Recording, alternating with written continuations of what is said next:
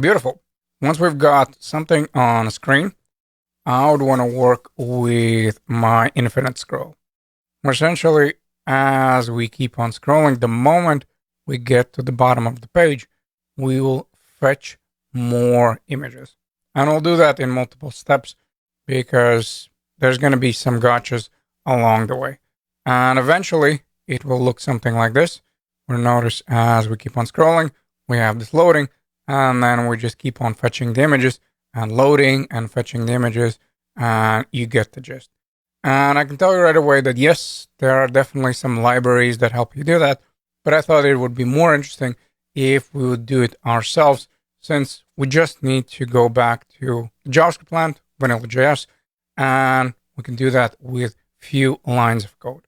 So first of all, I would want to set up some kind of event listener when my app loads. And when I say some kind of event listener, I would want to listen for scroll events. And the way we do that, of course, we set up the use effect. So at the moment, we have one use effect that is running fetch pages right away when the app loads, but I also would want to set up another one.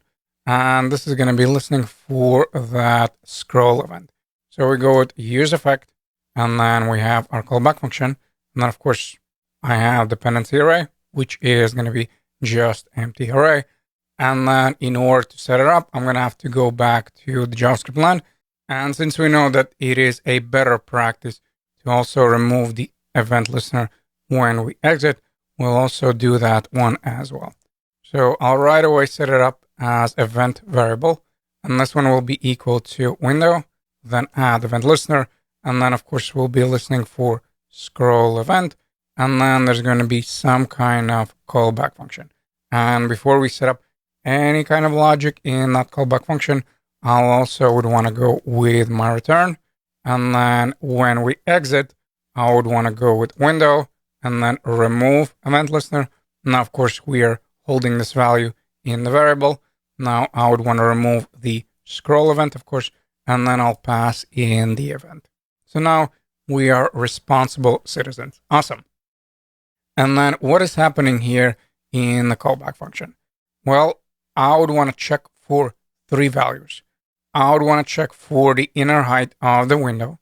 I would want to check how much we have scrolled, and then what is the height of the document. So in here, we'll just start by console logging three values. So we go with log, and then we're going to go with inner height. And maybe I'm just going to add some values over here. I'm going to say inner height, which essentially just returns the height of the window. And then in order to access that value, we go for window object. Like I said, we're going back to vanilla JavaScript. That's the first value. I'll copy and paste, and then I'll just change these values around where I'm going to say scroll Y. So how much we have scrolled. And I think I can just have it as one word. By the way, this should be scroll, I guess.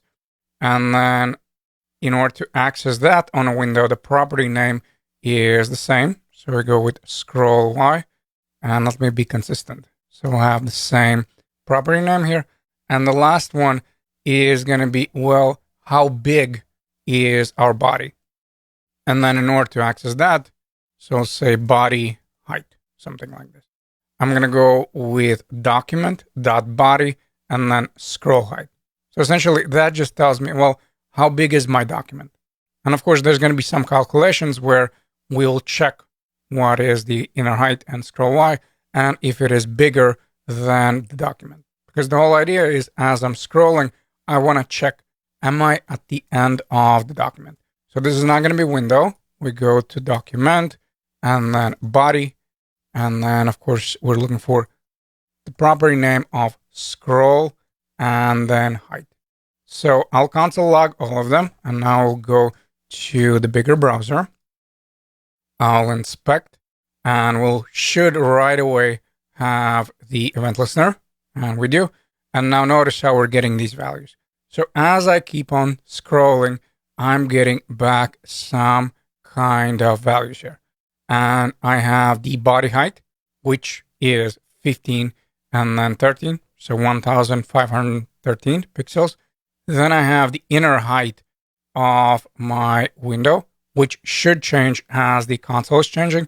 So notice if I make this smaller and I scroll a little bit, then I should get different values. So I scroll and notice how right now the inner height is a bit bigger because, of course, I made my console bigger, correct? Or I'm sorry, I made the console smaller. That's why initially the inner height was different. So the inner height was 465 right here. But then when I made my console smaller, that's why it, of course, got bigger, the inner height. So I'm talking about this inner height of my window. Okay. Then I have the value of, well, how much I have scrolled. Notice here it tells me 54 pixels. So once I scroll eventually, notice I have scroll Y. So this is how much I have scrolled. And then I have the inner height of the window. And now I would want to add both of these values together. So inner height plus the scroll. And I want to check if it is equal to the body height. And of course, the reason why we want a body height is because we want to make sure that we set up our functionality once we are at the end of the document. Because remember our main goal. Once we get to the bottom of the document, only then I would want to fetch those images. That's why I'm checking, well, what is the height? And then once I get it, then of course I will be able to fetch images. And as a side note, while I was just showing you how the app works, I already run out of my requests. And that is, of course, for a different account. That is the account that I set up in order to build the project. Now, the reason why I'm showing that if in a console you see this 403, that just means that you run out of the requests. Because remember, you have 50 requests in an hour. And if you get this 403, that just means that you have no more requests. So if you get this error, just understand that you'll have to wait a little bit. Otherwise, you won't be able to get the images. Now I'm able to get the old images. That's why they're repeating. But as far as the new ones, well, I'm going to have to wait for the next hour. Now, of course, we'll still keep on working on the project. I don't have to wait for these requests for this project, but I'm just showing you the error you're going to get if you run out of the requests. So now, of course, we can navigate back to our project. And then, like I said, I would want to combine both of these values, the inner height and scroll Y. And then if it is bigger or equal than the scroll height of the document, then I would want to do something. And eventually that something is going to be fetching more images. But in this video, it's just going to be a simple console log. So what we're going to do is remove all of these console logs. Hopefully everything is clear. And we'll set up if. And I'll say if window and then inner height, that was the property, plus how much we have scrolled. So we have window and then scroll Y, correct? So scroll and then Y. If they are bigger or equal, then of course we would want to do something. Now, since I'm going to have to add both of these values and I would still want to check, that's why I'll add them in parentheses.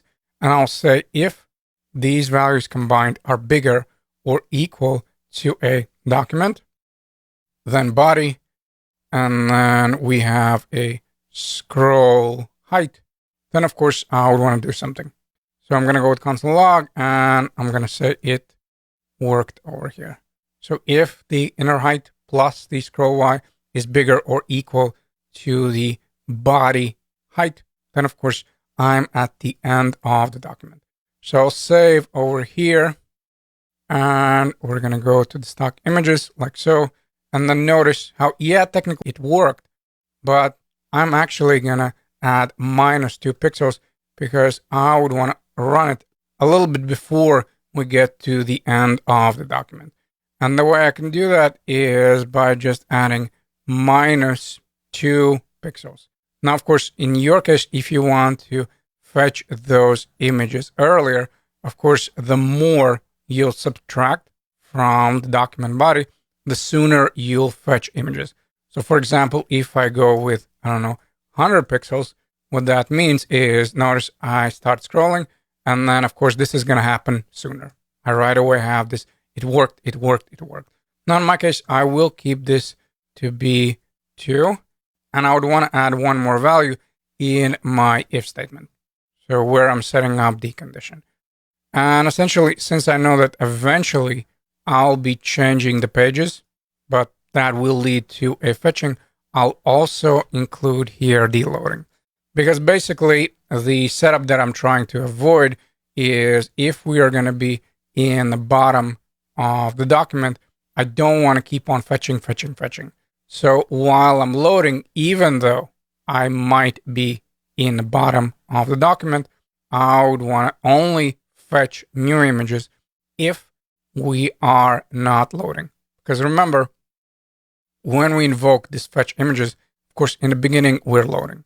So that's why in here, in the if statement, I'll also say, yeah, grab those images when I'm at the bottom of the document. However, don't do it if I'm loading, because that already means that I'm going to be fetching images.